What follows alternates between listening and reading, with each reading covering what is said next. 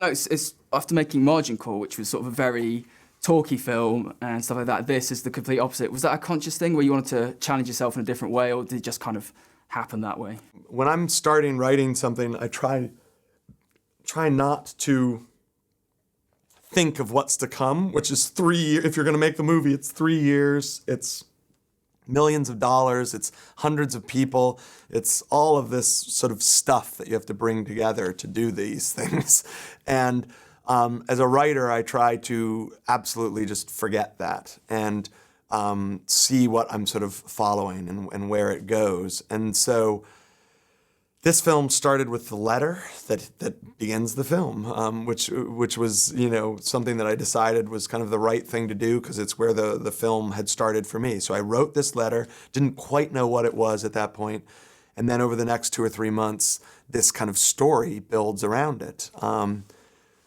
And never in that story did anyone else kind of come in. Obviously, Robert Redford's such perfect casting. It's funny because we have a relationship with him as an audience, so we kind of project something onto it. Was it important to have someone like that who, could carry not much dialogue and stuff, and there's almost an audience absolutely. Thing? I mean, he, in a way, one of my maxims of filmmaking is you do turn your weaknesses into a strength. Instead of ignoring that they're there, you kind of run towards them.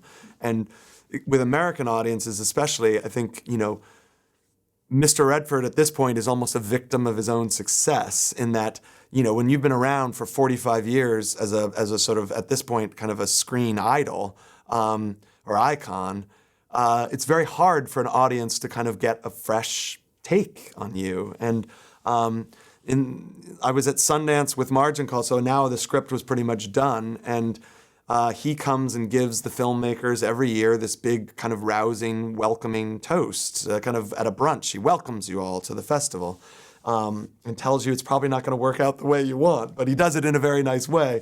And in the middle of that talk he was giving, a speaker that was over my shoulder went out in the back of the room where I was sitting, and his voice was literally kind of taken from him.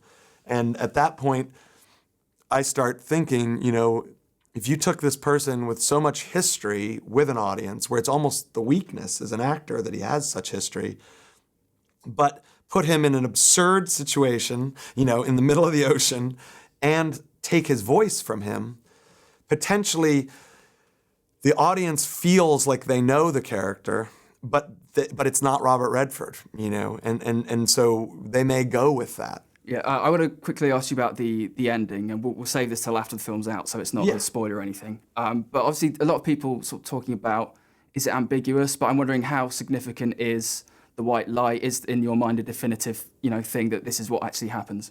It is only ambiguous in that it can end 2 ways, but for any one audience member, I want it to be very specific.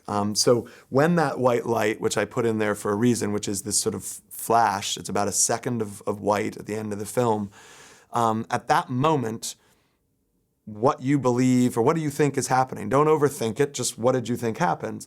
Well, that's what happens. That was sort of the intention, and it worked. Audiences, we would have situations where, a husband and wife would be sitting each other, and I do it in Q&As now it's kind of a fun thing where you ask one of them what he thought ended, and then you literally see the wife sitting next to him, and they look over and they can't believe because people are so sure of the ending, and that's what I wanted.